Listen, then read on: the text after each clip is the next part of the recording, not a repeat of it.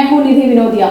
जल और नदी का कैसे सुधरेगा रिश्ता, कैसे बनेंगे मॉडल गांव, इन्हीं सब मुद्दों पर बात करने के लिए आज हमारे साथ है वरिष्ठ आईएएस अधिकारी हीरालाल जी। सर, मैं सबसे पहले आपसे ये जानना चाहती हूँ कि जल संरक्षण को लेकर आप हमेशा से मुखर रहे हैं। क्या आपको लगता है कि जल और जो नदी है उसके बीच का जो रिश्ता है वो कहीं ना कहीं टूट रहा है? हाँ बिल्कुल। पुराने ज़माने में जो आज के 30-40 साल पहले रिश्ते थे वाटर बॉडीज के साथ, जैसा आपने नदी का नाम लिया तो एक वाटर बॉडीज है, तो कुआं, तालाब, नदी, ये सब पानी के रिश्ते, हमारे पानी के स्रोत थे। 40 साल पहले हम लोग इनको रिस्पेक्ट करते थे, इनकी पूजा करते थे, इनकी रक्षा करते थे, इनको साफ़ सुथरा रखते थे। लेकिन विगत 40 साल 30-40 साल में क्या हुआ, हम लोगों का रिश्ता इनसे टूटता गया। हमारा रिश्ता पानी, बोतल वाले पानी से पैकेज्ड वाटर से बनता गया, जिसके वजह से ये जो वाटर बॉडीज हैं, कुआं, तालाब, नदी, ये निगलेक्ट होते गए और उसका रिजल्ट ये है कि हमारे सामने पानी का संकट आ गया है। तो ये है समस्या।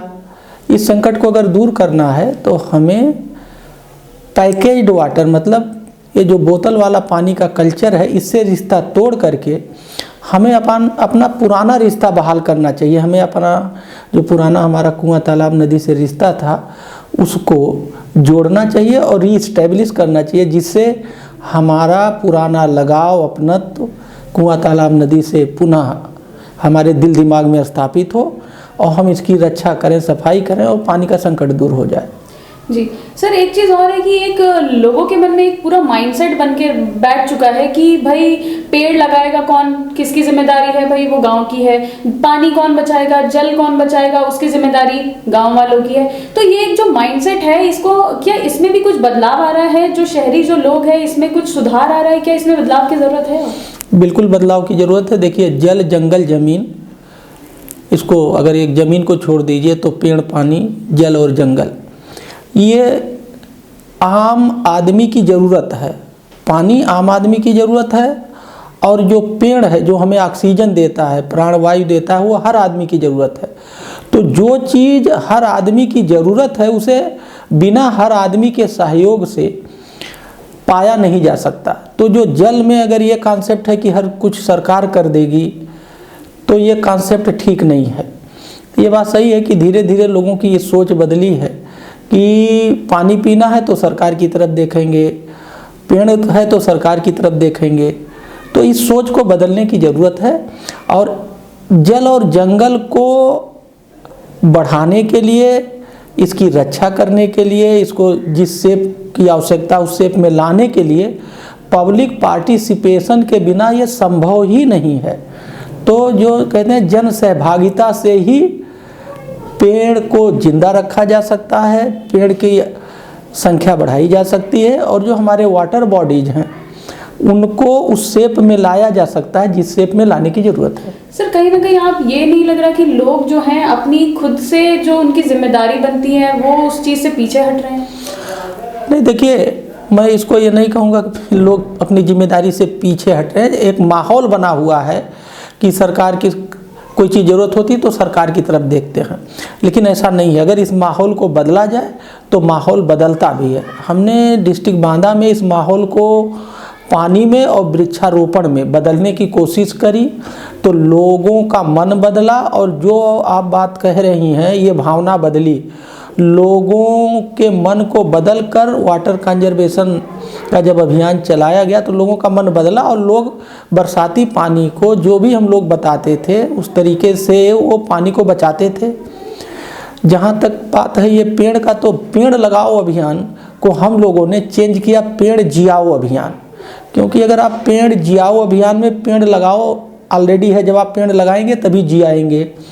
तो जो पेड़ जियाओ अभियान का कॉन्सेप्ट लाया गया तो उसमें ऐसे ऐसे एक्टिविटी की गई जिससे लोग पेड़ को लगाने के बाद उसको जिंदा रखने पर पूरी ताकत लगाएं, लोगों का लगाव हो उस पेड़ से जिससे उसे जिंदा रखें। तो हमें लोगों की सोच को बदलना होगा और मेरा अपना जो प्रयोग है बांदा में पेड़ जियाओ अभियान के माध्यम से, जल संरक्षण के माध्यम से, दोनों में कामयाबी मिली, लोगों का मन बदला और लोग दोनों मुद्दों को अपनाकर अच्छा काम किए। जी सर, जैसे कि आपने बताया कि आप बांदा में थे, तो बात करें अगर लोगों की, या बात करें उस समय की जब आप बांदा में थे, या बांदा में अभी आपका शायद आपने कहा कि कार्य चल रहा है, तो क्या वहाँ के लोगों का भी पानी को लेकर माइंडसेट थोड़ा चेंज हुआ है? क्या वहाँ के लोग भी बदले हैं पानी को लेकर, या उनकी जिम्मेदारी, अपनी जिम्मेदारी को समझ पाए हैं, या फिर अभी भी वही पुराना कॉन्सेप्ट चल रहा है कि नहीं, हम मतलब लोगों के चेंजेस नहीं आया है माइंडसेट अभी? नहीं, लोगों का मन बदला, कुछ लोगों का परमानेंट बदल गया है जो अभी भी उस बात को लेकर के काम कर रहे हैं। कुछ लोगों का मन जो बदला था उसमें कमी भी आई है, कुछ नए लोग और तैयार हो गए हैं उस धारा में। देखिए, किसी के स्वभाव को बदलने के लिए समय लगता है। क्योंकि मुझे केवल 1.5 साल ये स्वभाव बदलने का अवसर मिला, तो उस लिहाज से ये समय कम है। लेकिन जो एक बार पौधा, जो एक बार सोच लोगों के दिल दिमाग में घुस जाता है, वो रहता है और काफ़ी देर तक रहता है। उसको अच्छी तरह से मजबूती, अस्थायी रूप से मजबूती देने के लिए काफ़ी लंबे समय की ज़रूरत होती है, तभी वो परमानेंट होता, सस्टेन करता है। सर, एक चीज़ और ये है कि अगर टेक्निक की हम बात करें, तकनीकी चीज़ों के बारे में बात करें, तो सर आप जो गांव है उसमें मॉडल गांव को लेकर आप काफ़ी ज़्यादा मतलब वर्क कर रहे हैं, और देखा जाए तो एफपीओ के भी आप लोगों ने काफ़ी वेबिनार चलाए हुए हैं, तो क्या ये भी एक काफ़ी अच्छा माध्यम बन सकता है लोगों का नज़रिया बदलने का? देखिए, हम बताएं आपको, हमारे देश में महात्मा गांधी जी जब बात करते थे तो उसमें उनका एक अहम मुद्दा था, गाँव में का जो एडमिनिस्ट्रेशन हो वो स्व प्रशासन की बात करते थे, कि गांव के लोग स्वयं अपना प्रशासन इतना अच्छा, इतना खूबसूरत गुड गवर्नेंस करें कि स्वराज की स्थापना हो।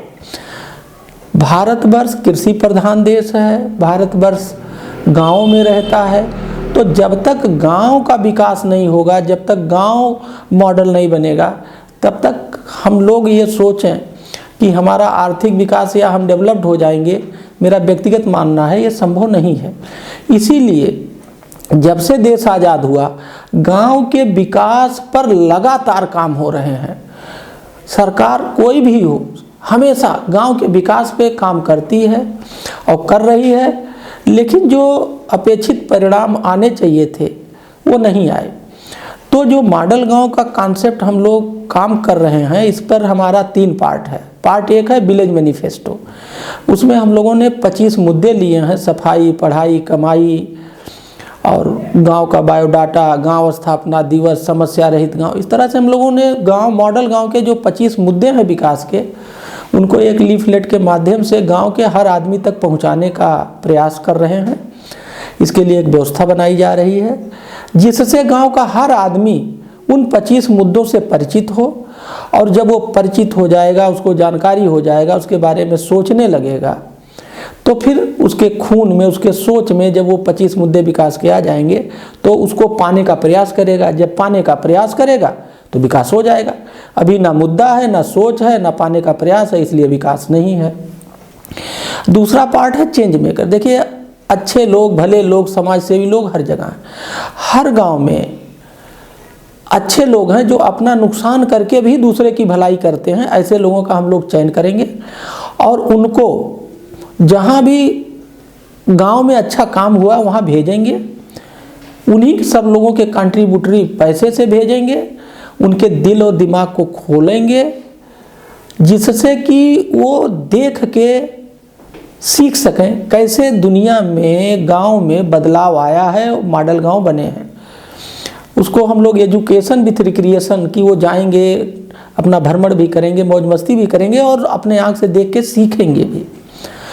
तो उससे हम लोग चेंज मेकर बनाएंगे और फिर वही चेंज मेकर और गांव के लोग मिल करके गांव स्तर पर एक एफपीओ बनाएंगे और उस एफपीओ को चलाएंगे। और एफपीओ क्या है? वो एक कंपनी है। भारत सरकार, उत्तर प्रदेश सरकार और सभी सरकारें इस पर लगातार हर तरह से प्रयास कर रही हैं, मदद दे रही हैं कि एफपीओ के माध्यम से कृषि को कृषि व्यापार में बदला जाए, किसान की सोच को किसानी के बजाय किसानी व्यापार में बदला जाए लोग केवल अभी पैदा करने में जो लगे हैं वो पैदा भी करें, उसको बेचें भी। अभी लोग केवल पैदा करते हैं, उसका लेखा जोखा नहीं रखते हैं, उसको इकोनॉमिकल तरीके से मैनेज नहीं करते हैं, गांव देहाती तरीके से मैनेज करते हैं। तो उसको इकोनॉमिकल और एक कमर्शियल तरीके से मैनेज करें अपनी खेती को, अपने गांव के अफेयर्स को। तो एक बहुत अच्छी स्कीम है ये फार्मर प्रोड्यूसर कंपनी की। तो इस पर हम लोग जितने भी फार्मर प्रोड्यूसर कंपनी अभी तक बने हुए हैं उनको वेबिनार करके उनको जागरूक कर रहे हैं, और जो लोग सीख जाएंगे उनसे नया बनवाएंगे और उनसे हैंड होल्डिंग करेंगे, और गांव को मॉडल गांव में इस 3 स्टेप के माध्यम से, first village manifesto, second change maker and third FPC द्वारा गांव को मॉडल गांव में बनाने का हर संभव प्रयास करने का प्रोग्राम है, चल रहा है। तो ये थे हमारे साथ वरिष्ठ IAS अधिकारी हीरालाल जी, जिन्होंने जल पर, किसानों पर अपनी बातें रखी। ऐसे ही कई अन्य हस्तियों से आपकी मुलाकात कराएंगे फुटकर न्यूज़ पर। तब तक के लिए देखते रहिए हमारा चैनल, सब्सक्राइब करें और बेल आइकन दबाना ना भूलें। धन्यवाद।